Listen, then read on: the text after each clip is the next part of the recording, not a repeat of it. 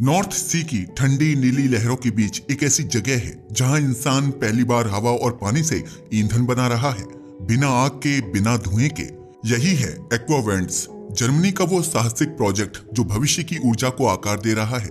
ये कहानी सिर्फ तकनीकी की नहीं है, ये कहानी है इंसान की उस कोशिश की जो पृथ्वी को बचाने के लिए समुद्र की गहराई में उतर गई।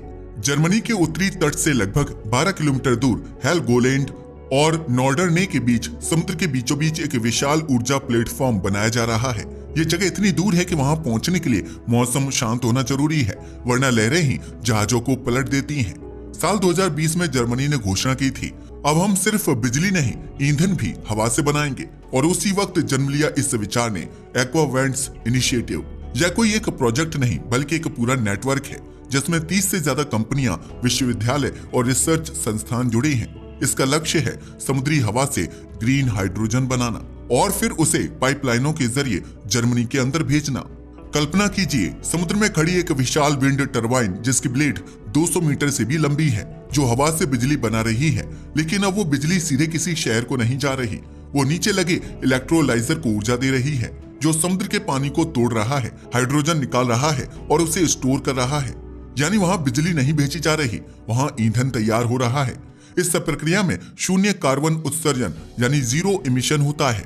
ना धुआं, ना कोयला, ना तेल की गंध, सिर्फ हवा, पानी और विज्ञान। हाइड्रोजन दुनिया का सबसे हल्का तत्व है, लेकिन ऊर्जा के मामले में यह किसी बम से कम नहीं। 1 किलो हाइड्रोजन में इतनी ऊर्जा होती है जितनी 3 किलो पेट्रोल में। एक्वावेंट्स का लक्ष्य है 2035 तक हर साल 1 मिलियन टन यानी 10 लाख टन ग्रीन हाइड्रोजन बनाना। इससे पूरे जर्मनी की भारी इंडस्ट्री जैसे स्टील, केमिकल्स और ट्रांसपोर्ट को क्लीन फ्यूल मिलेगा।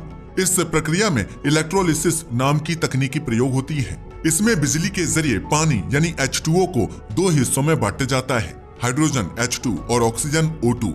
जो हाइड्रोजन निकलता है उसे गैस के रूप में टैंकों में भरा जाता है, ऑक्सीजन को खुले में छोड़ दिया जाता है। लेकिन एक्वावेंट्स की सबसे बड़ी खासियत ये है कि ये सब कुछ ऑफशोर यानी समुद्र में ही होता है। यही बात इसे दुनिया के बाकी सभी ग्रीन हाइड्रोजन प्रोजेक्ट से अलग बनाती है। हाइड्रोजन को स्टोर करके हेलगोलैंड द्वीप भेजा जाता है, जहां से पाइपलाइन और शिप्स के जरिए इसे मुख्य भूमि यानी जर्मनी तक लाया जाएगा।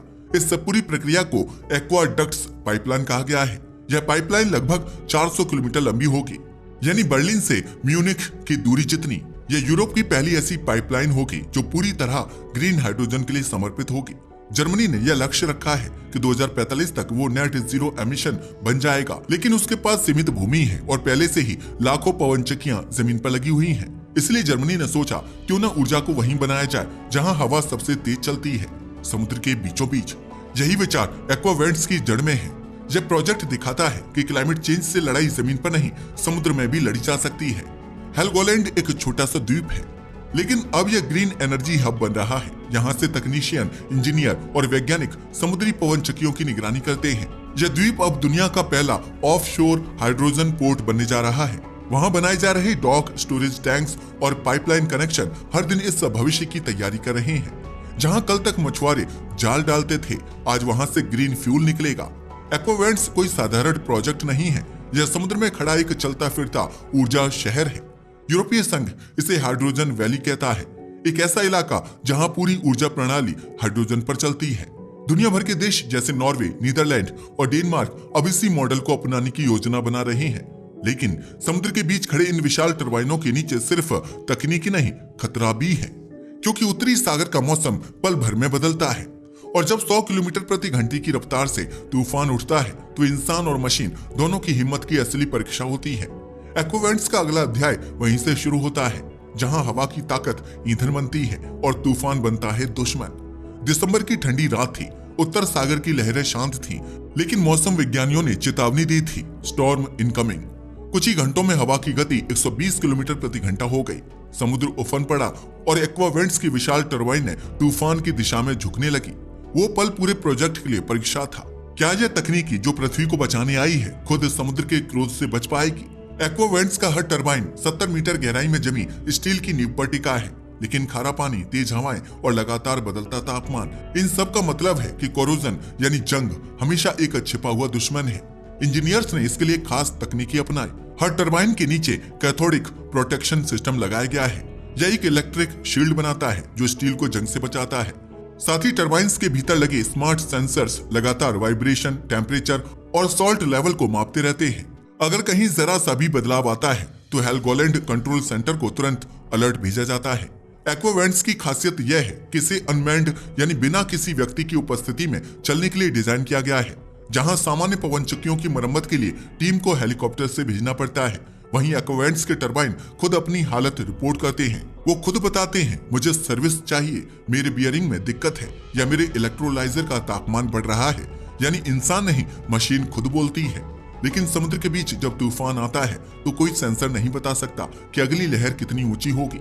2023 में आई एक तूफान में 3 टरबाइन्स की ब्लेड टूट गई थी, लेकिन किसी ने उम्मीद नहीं छोड़ी, क्योंकि हर गिरती टरबाइन एक नई सीख बन जाती है।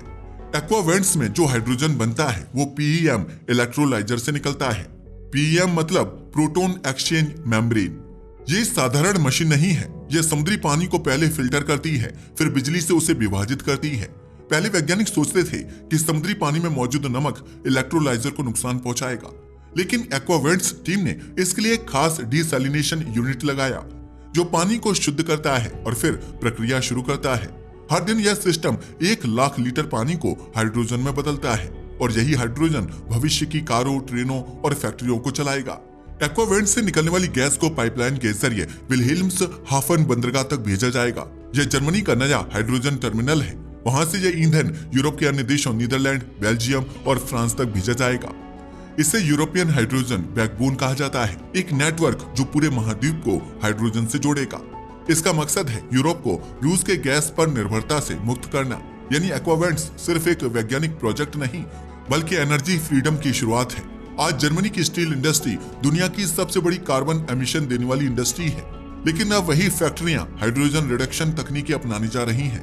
यह तकनीक कोयले की जगह हाइड्रोजन का इस्तेमाल करती है, जिससे 0% कार्बन उत्सर्जन होता है। एक्वावेंट से मिलने वाला हाइड्रोजन सीधे इन फैक्ट्रियों तक पहुंचेगा। यही वो पल है जहां क्लाइमेट चेंज की जंग विचारों से निकलकर उद्योगों में पहुंचती है। 2022 में जब रूस यूक्रेन युद्ध के बाद गैस सप्लाई बंद हुई तो पूरे यूरोप में बिजली के दाम आसमान छूने लगे। तब जर्मनी ने एक्वावेंट्स को राष्ट्रीय प्राथमिकता घोषित किया। सरकार ने 7.8 बिलियन यूरो की राशि इस प्रोजेक्ट के लिए निर्धारित की, क्योंकि अब यह सिर्फ एक पर्यावरणीय पहल नहीं बल्कि ऊर्जा सुरक्षा का सवाल था। एक्वावेंट्स प्रोजेक्ट का अगला लक्ष्य है 10 GW ऑफशोर विंड कैपेसिटी बनाना। यह इतनी ऊर्जा होगी कि 5 मिलियन घरों को साल भर बिजली दी जा सके। इससे हर साल 16 मिलियन टन CO2 उत्सर्जन कम होगा। यानी एक ही प्रोजेक्ट पूरी यूरोप की जलवायु नीति को नई दिशा दे रहा है। हेलगोलैंड के छोटे से कंट्रोल सेंटर में बैठा एक इंजीनियर स्क्रीन पर टरबाइनों को देखता है। बाहर हवा की आवाज है, लेकिन अंदर स्क्रीन पर धीरे धीरे चमकता है हाइड्रोजन प्रोडक्शन स्टेबल। यह सिर्फ एक सिग्नल नहीं, यह उम्मीद की किरण है। एक ऐसी उम्मीद जो कहती है अगर इंसान अपनी दिशा सही रखे तो प्रकृति भी साथ देती है। लेकिन कहानी यहीं खत्म नहीं होती। अभी असली जंग शुरू होने वाली है, क्योंकि एक्वावेंट्स को अब सिर्फ समुद्र नहीं, राजनीतिक दबाव, अंतरराष्ट्रीय प्रतिस्पर्धा और टेक्नोलॉजी की सीमाओं से भी लड़ना है। साल 2024 यूरोप की संसद में एक सवाल गूंजा, क्या एक्वावेंट्स सिर्फ ऊर्जा का सपना है या जर्मनी का भू राजनीतिक दाव? क्योंकि अब बात सिर्फ बिजली या हाइड्रोजन की नहीं रही थी, वैश्विक ताकतों की राजनीति में शामिल हो चुका था। दुनिया में जहां एक तरफ तेल और गैस की जंग चल रही थी, वहीं दूसरी तरफ हवा और पानी से बनने वाला ईंधन हाइड्रोजन नया ऑयल बन चुका था। रूस, जो दशकों से यूरोप को गैस बेचता रहा, अब देख रहा था कि एक्वावेंट्स और ऐसे ही प्रोजेक्ट उसकी अर्थव्यवस्था को कमजोर कर देंगे। दूसरी ओर चीन पहले से ही इलेक्ट्रोलाइजर टेक्नोलॉजी में दुनिया का अग्रणीय बन चुका था। जर्मनी को डर था अगर उसने अब कदम नहीं बढ़ाया तो ग्रीन हाइड्रोजन का पूरा बाजार चीन के हाथ चला जाएगा। इसलिए यूरोपीय संघ ने घोषणा की, hydrogen is the new oil, और एक्वावेंट्स बना उसका प्रतीक। एक्वावेंट्स अब एक प्रोजेक्ट नहीं रहा, यह एक अलायंस बन गया है। इसमें जर्मनी के साथ डेनमार्क, नीदरलैंड और नॉर्वे जुड़ चुके हैं। यह देश मिलकर नॉर्थ सी एनर्जी हब बना रहे हैं, जहां हर देश अपनी ऑफशोर विंड पावर को हाइड्रोजन में बदलेगा और फिर सब मिलकर साझा नेटवर्क में उसे यूरोप तक पहुंचाएंगे। यह दुनिया का सबसे बड़ा cross border green energy network होगा और इसके केंद्र में खड़ा होगा एक्वावेंट्स। एक्वावेंट्स की रीढ़ है एक्वाडक्ट्स पाइपलाइन। 400 किलोमीटर लंबी यह पाइपलाइन समुद्र के नीचे एक जीवन रेखा की तरह है। इसमें हर सेकंड हजारों क्यूबिक मीटर हाइड्रोजन बहता रहेगा। यह यूरोप की पहली ऐसी पाइपलाइन होगी जो सिर्फ हाइड्रोजन के लिए बनी है। इससे हेलगोलैंड से विल्हेल्म्स हाफन तक और फिर पूरे महाद्वीप तक ग्रीन ईंधन पहुंचेगा।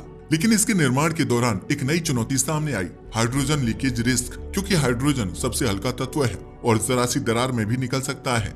इस समस्या को हल करने के लिए पाइपलाइन को कंपोजिट स्टील एलॉय से बनाया जा रहा है, जो न सिर्फ मजबूत है बल्कि जंगरोधी भी।